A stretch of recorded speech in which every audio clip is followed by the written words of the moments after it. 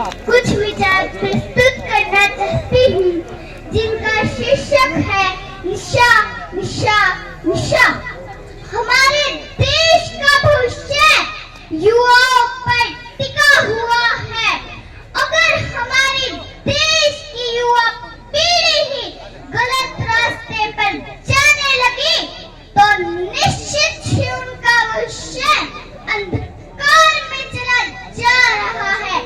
युवाओं के हाथ में अपना व हमारे देश का भविष्य है।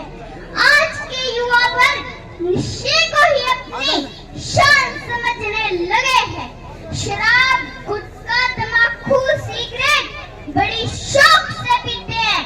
उन्हें नहीं पता कि जीवन कितना अनमोल है। जीवन की कदर करो, जिंदगी अच्छे ढंग से जियो, जिंदगी का आनंद लो।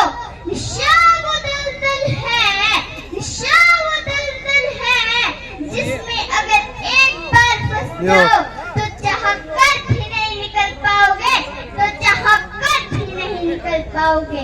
नशे की लत से दूर रहने में ही भलाई है, वरना जीवन में कठिनाई ही कठिनाई है, कठिनाई ही कठिनाई है। नशा दौलत का नहीं, नशा दौलत का नहीं, कामयाबी का रखो। जिद नशे की नहीं, मंजिल की रखो। देश के हर हिस्से में फैला है नशे का जाल। आज के युवा वर्ग हो रहे हैं नशे का शिकार। जिस युवा पीढ़ी को बनना है समृद्ध समाज, वही कर रही है अपना जीवन बर्बाद, वही कर रही है अपना जीवन बर्बाद। नशे की लत है बड़ी बुरी, नशे की लत है बड़ी बुरी। ना समझ इंसान इसे समझ नहीं पाता, बिना नशा किए रह नहीं पाता। एक दिन ऐसा आएगा कि उम्र से पहले ही मर जाओगे। देश और देशवासियों व मेरे युवा साथियों, एक 7 साल की बेटी आपसे कुछ नहीं मांग रही, सिर्फ और सिर्फ नशा मुक्त गांव बनाया जाए जिससे हर नागरिक सुरक्षित रहे, स्वस्थ रहे। और मेरे युवा साथियों, आपकी उम्र में न जाने हमारे वीर जवानों ने देश के लिए क्या क्या तक नहीं किया था, जान तक दे दी थी। राजगुरु सुखदेव, भगत सिंह, झांसी की रानी, उनसे सीखो, उन्हें देखो। और आज के युवा वर्ग को देखो, अपनी जिंदगी नहीं संभाल पा रहे, देश क्या संभालेंगे, परिवार क्या संभालेंगे। इस नशे ने न जाने कितने रिश्ते खराब किए हैं, कितने परिवार उजाड़े हैं। नशे की आदत भी क्या लाचारी है, नशे की आदत भी क्या लाचारी है। जिंदगी भर पीछा नहीं छोड़ती, यही वो बीमारी है, यही वो बीमारी है। हमारे संस्कारों में भी नशे के लिए कोई जगह नहीं। जिंदगी से प्यार करो, जिंदगी बहुत प्यारी है, जिंदगी बहुत प्यारी में फंसते हुए देखा है। मैं नशाऊं, मैंने जिंदगियों को बर्बाद होते देखा है। मैंने सुहागन के मंगलसूत्र और कड़े को सुनार की दुकान पे बिकते हुए देखा है।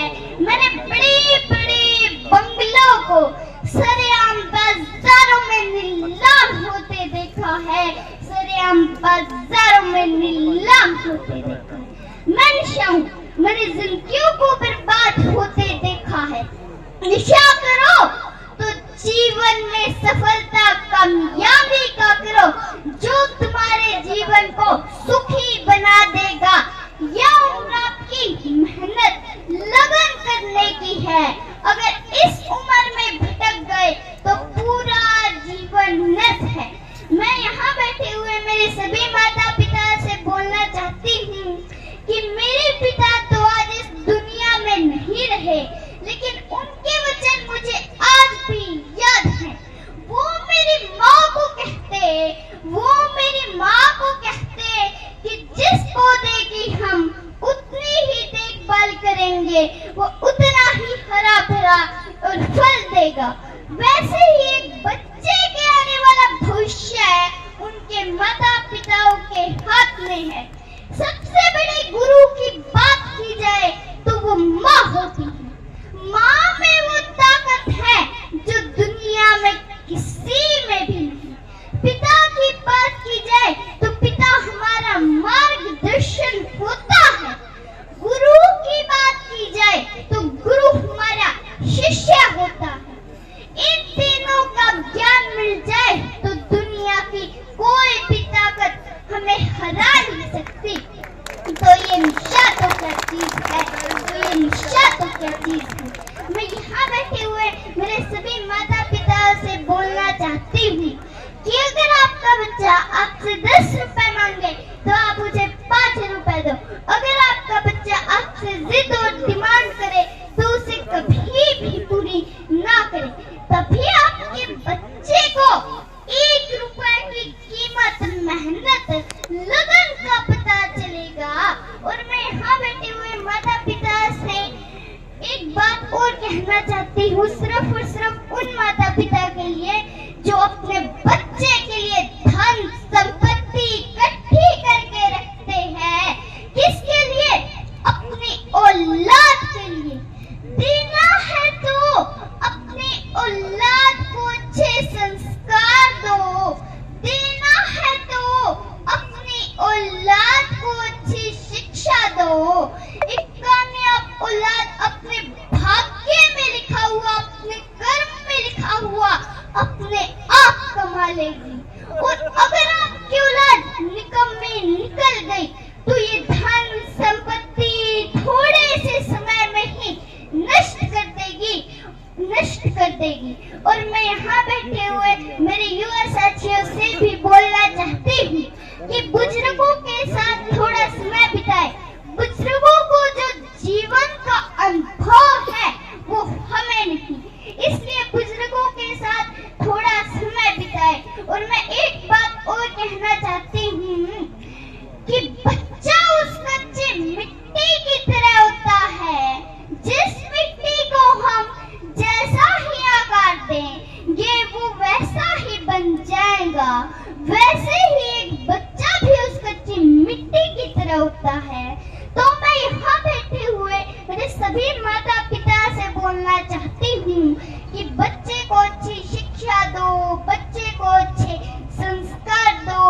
और मैं बुजुर्गों से भी बोलना चाहती हूँ कि आज के युवा वर्ग आपके साथ, आपके सामने बैठकर हुक्का पीते हुए नजर आ रहे हैं, लेकिन आप उन्हें कुछ नहीं कहते।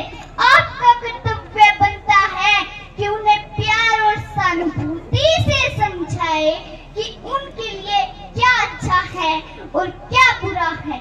नशे की शुरुआत हमेशा छोटे नशे से होती है, कभी बड़े नशे से नहीं, कभी